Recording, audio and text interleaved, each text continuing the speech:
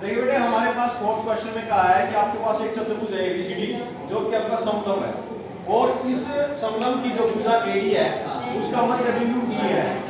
ई से होकर एक रेखा खींची गई है ईएफ। इस तरह से है कि जो बीसी को एफ पर प्रतिच्छेद करती है। ईएफ जो आपकी एबी के समांतर है और आपने क्या प्रूव करना है कि ये जो एफ है वो बीसी का मध्य बिंदु है।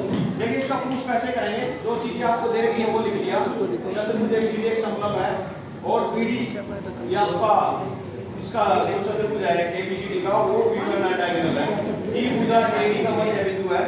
इस मध्य बिंदु से एक रेखा इस तरह से खींची गई है कि एएफ जो आपका एबी के समानांतर है पैरेलल है। तो हमें सिद्ध करना है कि एफ जो है बीसी का मध्य बिंदु है। तो इसके लिए हम स्टार्ट करते हैं। आपको चतुर्भुज रेखा है एबीसीडी एक समलंब है। अगर समलंब है तो इसकी आमने सामने वाली भुजाएं पैरेलल रहेंगी, समानांतर रहेंगी। वो एबीसीडी के समांतर है और ईएफ जो है आपका एबी के समांतर ये दिया हुआ है।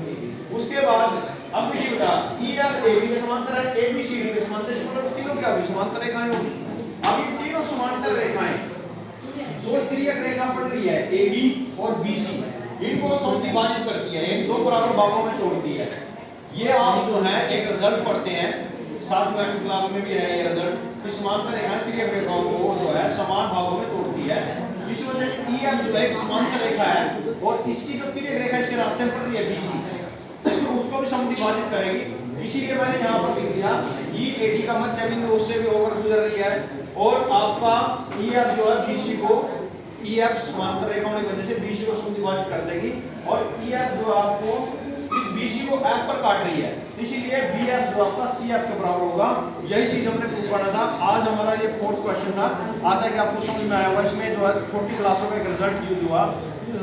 जो समांतर रेखाएं होती हैं वो तिर्यक रेखाओं को जो है समान भागों में काटती है। Thank you.